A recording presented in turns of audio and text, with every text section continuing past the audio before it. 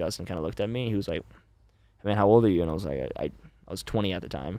And he was like, "Yeah, if you want to go pro, I'll take you pro." You know? And I was like, sweet.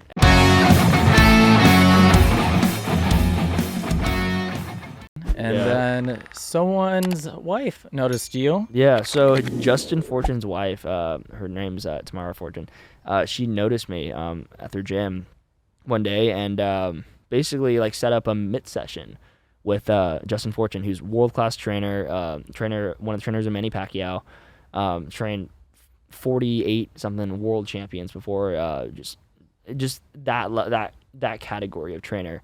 Set up a mitt session, you know, for me and him, and you know, it took about like one round or two with the mitts, and Justin kind of looked at me. He was like, "Hey, man, how old are you?" And I was like, I was 20 at the time, and he was like, "Yeah, if you want to go pro, I'll take you pro," you know. And I was like, sweet.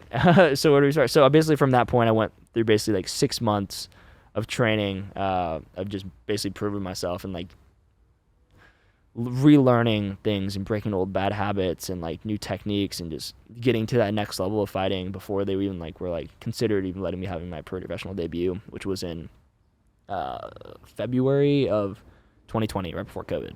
Right. So what was he doing? So he takes you under his wing. What did he start off with for a kid that's like, okay, you just got noticed by one of the top trainers and one of the top people in this industry? What did he start off with? Was he like, hey, we need to get your conditioning up. We need to, you know, get your boxing quicker. Like, I'm not a boxing person. Like, what did he do right out of the bat to get you kickstarted into the pro campaign of like being the best? Man, he did what you're supposed to. He just put you with the best. You know, I remember he was bringing guys in like ex-Olympians to like, you know, top 10 in the world professional fighters like in to spar with me. Like these guys from Australia, all over the country, Russia.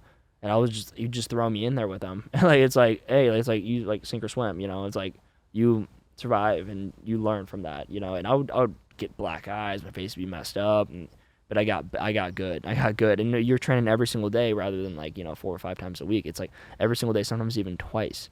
And it was just a different level of stuff. Your conditioning, instead of training for 3-round fights, you're training for like 4 or 5, 6, you know? Did you guys have schedules where, hey, Monday it's training, Tuesday training, Wednesday you're going up against one of the other guys in the gym? Yeah. And then Thursday it's kind of recover day, slow it down, Friday back to training, Saturday training, Sunday you're going up against another guy. Yeah. Is that what it was? Yeah, it was like Monday, Wednesday, Friday, you're sparring, and like the sparring days were different, you know? It's like, oh, we got this guy coming in from Australia. Or like this guy's bringing his Olympian in from Russia, and you're like, oh god, like, you know, it's just crazy. And then like Tuesday, Thursday, Saturday were just mainly conditioning days, technique days, and Sunday's the only day, and continue is the only day I get the break. So, but man, he pushed really hard, and when you start training with like trainers like that, it's It puts you in a different mental state. yeah, dude, it's just you are with the best. Yes, There's no better. It's yeah. listen to this guy and learn from him. Yeah, you don't question somebody like Justin. You don't.